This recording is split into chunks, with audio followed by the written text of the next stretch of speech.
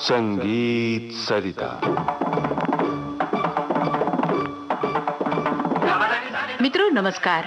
प्रस्तुत है विविध भारती के खजाने से। हमारे स्टूडियोज में अति विशिष्ट मेहमान श्री आशीष खान साहब उपस्थित हैं। ये ऐसी गौरवशाली परंपरा और घरानेदार संगीतिक विरासत से जुड़े हुए हैं जिसने देश में ही नहीं अंतर्राष्ट्रीय स्तर पर अनेकों संगीत के रत्न दिए हैं। मैं उस्ताद अलाउद्दीन खान साहब की ओर संकेत कर रहा था। आप उनके पौत्र हैं और उस्ताद अली अकबर खान साहब के सुपुत्र हैं और मुझे बहुत खुशी है कि हम लोगों के आमंत्रण पर आप यहाँ पर पधारे। खान साहब, सुनने वालों को मेरा नमस्कार। इस समय खान साहब हैं, हम हैं और एक बहुत सुंदर सा साज सरोद, वो भी खान साहब अपने साथ लिए बैठे हुए हैं और मुझे तो इतना अच्छा लग रहा है देखने में। मैं तो ये सोच रहा हूँ खान साहब पहले क्यों ना इसी साज से ही हम लोग शुरू करें और हमारे श्रोताओं को आप ये बताएं कि ये सरोद की बनावट और इसका संक्षिप्त सा इतिहास संक्षेप में आप बतलाएं तो बड़ा अच्छा रहेगा। सरोद का पहला नाम जो था शारदी वीणा, जो कि हमारे म्यूजिकोलॉजिस्ट और हिस्टोरियन लोग लिख गए हैं किताबों में, खास करके स्वामी प्रज्ञानंद, उनकी एक किताब में लिखा हुआ है कि इस टाइप की साज वो 5-6 सेंचुरी शताब्दी चंपा टेम्पल जो मंदिर है उसमें पाई जाती है, उनके स्कल्पचर्स में। तो इसका मतलब सरोद भारतवर्ष का ही है, कहीं और स्थान का नहीं है। ऐसे थोड़ा कंट्रोवर्शियल भी है लेकिन मैं उसके बारे में नहीं कहना चाहता। और इसकी साइज़ ज़्यादा से ज़्यादा मैंने जो स्कल्पचर देखी है उसमें 1.5 फुट से 2 फुट के लगभग लंबाई, जो कि अभी का जो सरोद है कोई 3.5 फुट लंबाई में होगी।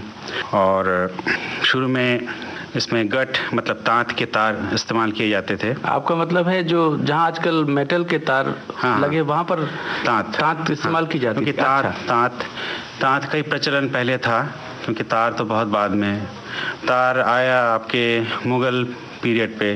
फिर इसमें पहले जो जहाँ हम लोग उंगली रखते हैं बाईं तरफ, जो कि ऊपर का हिस्सा होता है सरोद का, जिसे हम लोग फिंगर बोर्ड बोलते हैं, वो लकड़ी का हुआ करता था और ये साज पूरा लकड़ी का ही बनता था और अभी भी लकड़ी का ही होता है।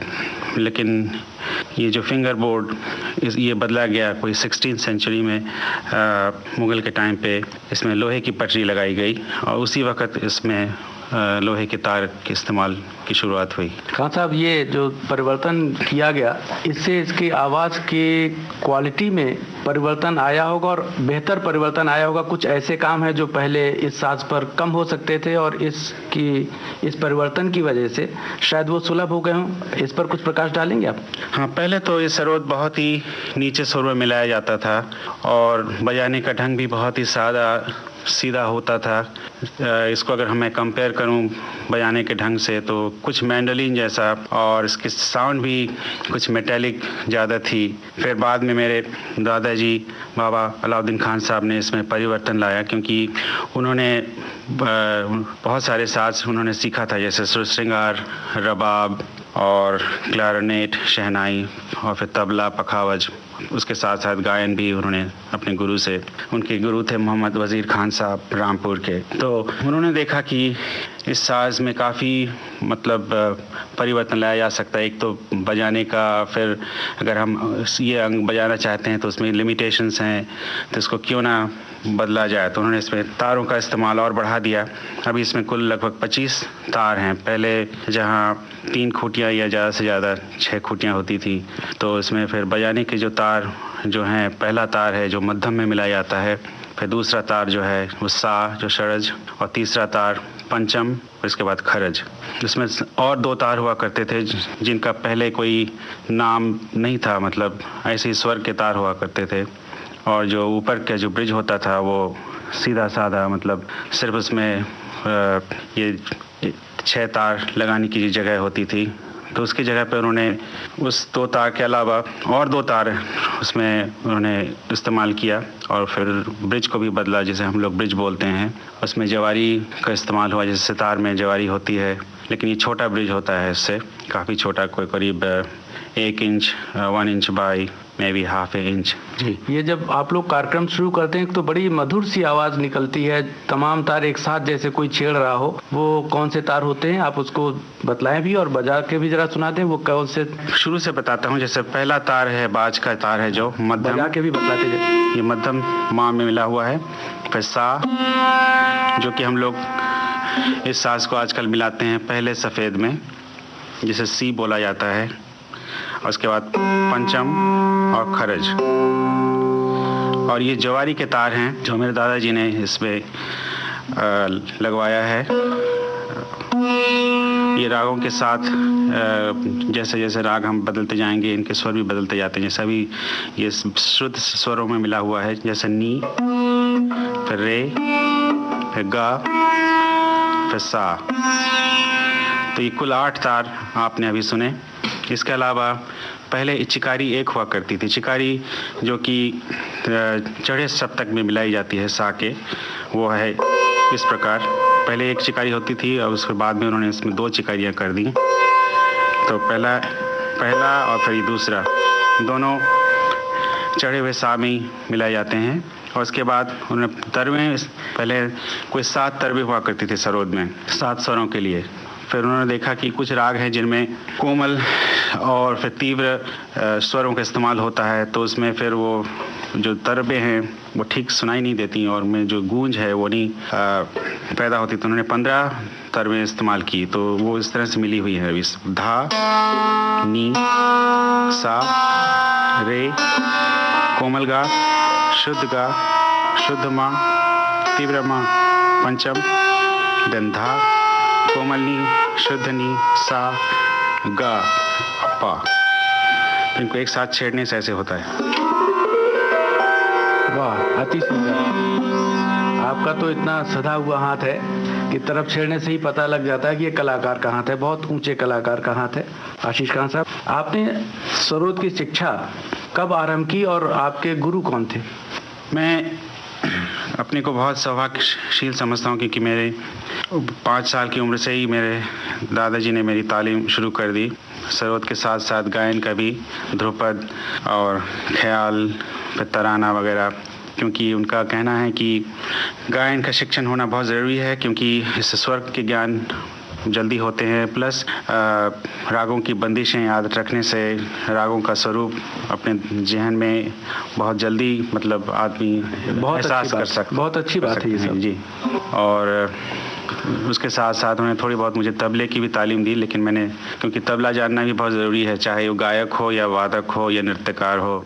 अच्छा, आपकी आयु क्या थी जिस समय आपके बाबा जी ने आपको ये संगीत की शिक्षा प्रारंभ की? मैं कोई 5 साल का था उस वक्त लगभग।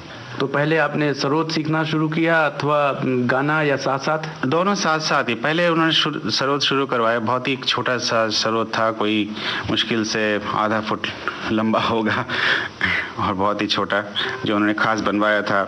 आशीष खान साहब, वो अगर आपको याद हो तो पहला सबक आपके बाबा जी ने आपको जो दिया था उसे जरा बजा के सुनाएं। पहला राग तो जैसे शुद्ध स्वरों में होता है बिलावल, क्योंकि पहले शुद्ध स्वरों का ज्ञान नहीं होता, आप कोमल तीव्र स्वर नहीं पहचान पा सकते। तो इस बिलावल में ये बंदिश उन्होंने सिखाई थी जो 3 ताल में है और उसकी गत ये है।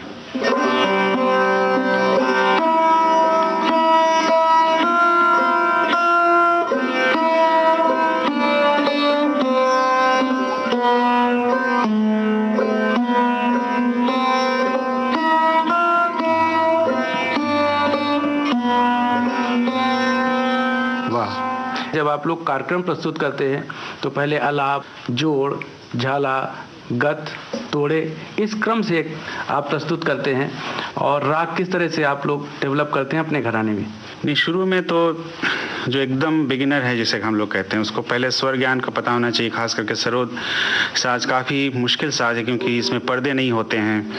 और खैर, हमारे दादाजी ने जब मुझे शुरू कराया था तो पेंसिल से दाग दे दे के प्लेटों पे, ताकि मेरी उंगली बेसुरी ना पड़े। तो पहले तो आपको आरोह अवरोह का ज्ञान होना चाहिए, फिर कहाँ पे कौन सा स्वर लगता है, क्योंकि अगर वो स्वर बेसुरा लगा तो फिर आप मतलब गलत बजा रहे हैं। इसलिए मतलब गुरु भी ऐसे ही होना चाहिए जो कि इन चीज़ों का ध्यान रखे। तो पहले अलंकार मूर्छना, पलटा, फिर बोल जिसे हम बोलते हैं, जो दाहिने हाथ से जो जवे से या मिजराब से जो बजाया जाता है, उन चीज़ों का अभ्यास करना पड़ता है ताकि वो साफ निकले। फिर उसके बाद बंदिशें सिखाई जाती हैं। आप कुछ एक आध अलंकार, कुछ मूर्छना कुछ बजा करके आप हमारे श्रोताओं को सुनाएं। एक तो मूर्छना मैं सुनाता हूँ पहले, जो इस तरह से है।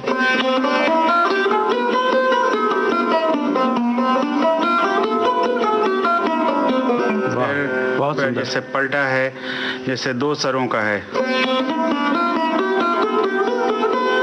फिर 3 स्वरों का,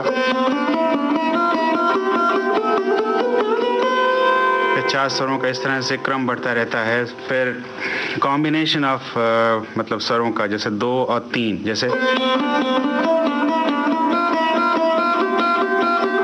2 4, 2 5, 2 6, इस तरह से क्रम बढ़ता रहता है। इसमें फिर एक तो हिसाब का भी ज्ञान होता जाता है साथ साथ, और फिर कॉम्बिनेशन, क्योंकि यही सारे अलंकार और पलटा बाद में काम देता है जब आप स्वरों का विस्तार करते हैं। आशीष खान साहब, ये बताएं कि प्रतिदिन जिस समय आप अलंकार का अभ्यास उस अवस्था में थे, तो आप प्रतिदिन कितने समय अपने गुरु से शिक्षा लेते थे और कितने समय अलग से अपना अभ्यास करते थे? मेरा रियाज का एवरेज था 3 दिन में 3 बार, जैसे सुबह 6 बजे से, तो मतलब एक सीटिंग में मैं 4 घंटा करके, तो मेरा एवरेज था 12, कभी कभी 14 घंटा। आपके घराने में आपके पिताजी को मैंने सुना है और बाबा जी को भी एक चीज हुआ करती थी, राग मालिका। आप राग मालिका स्वयं भी बहुत सुंदर बजाते हैं, तो मैं आपसे दरख्वास्त करूंगा कि आप एक राग मालिका बजा करके हमारे श्रोताओं को सुनाएं। तो ये पहला जो बंदिश है वो है तिलंग में है, वो इस तरह से।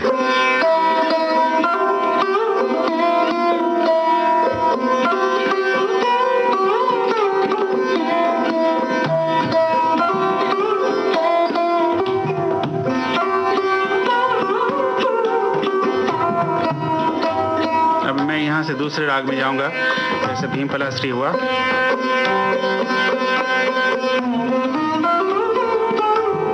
वाह,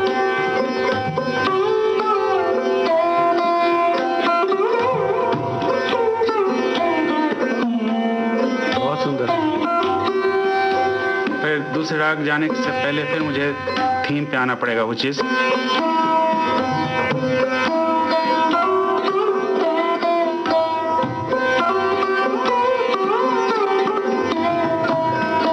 अब दूसरा राग मुल्तानी, सॉरी,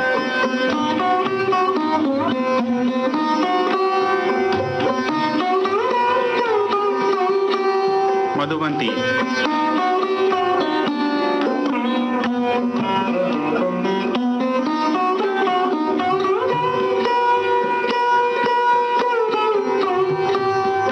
यमन कल्याण,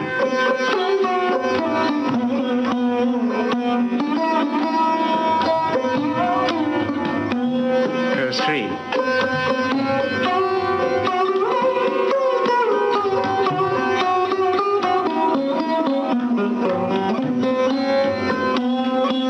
प्रियधनाश्री,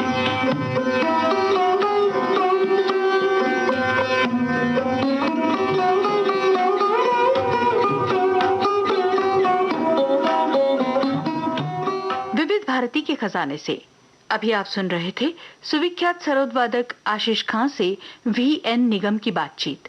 ये बातचीत आकाशवाणी कानपुर केंद्र पर रिकॉर्ड की गई। वर्ष 1990 में विविध भारती से ये बातचीत पहली बार प्रसारित हुई थी। प्रस्तुत करता थी छाया गांगुली। इसके साथ ही आज का संगीत सरिता कार्यक्रम समाप्त होता है। नमस्कार।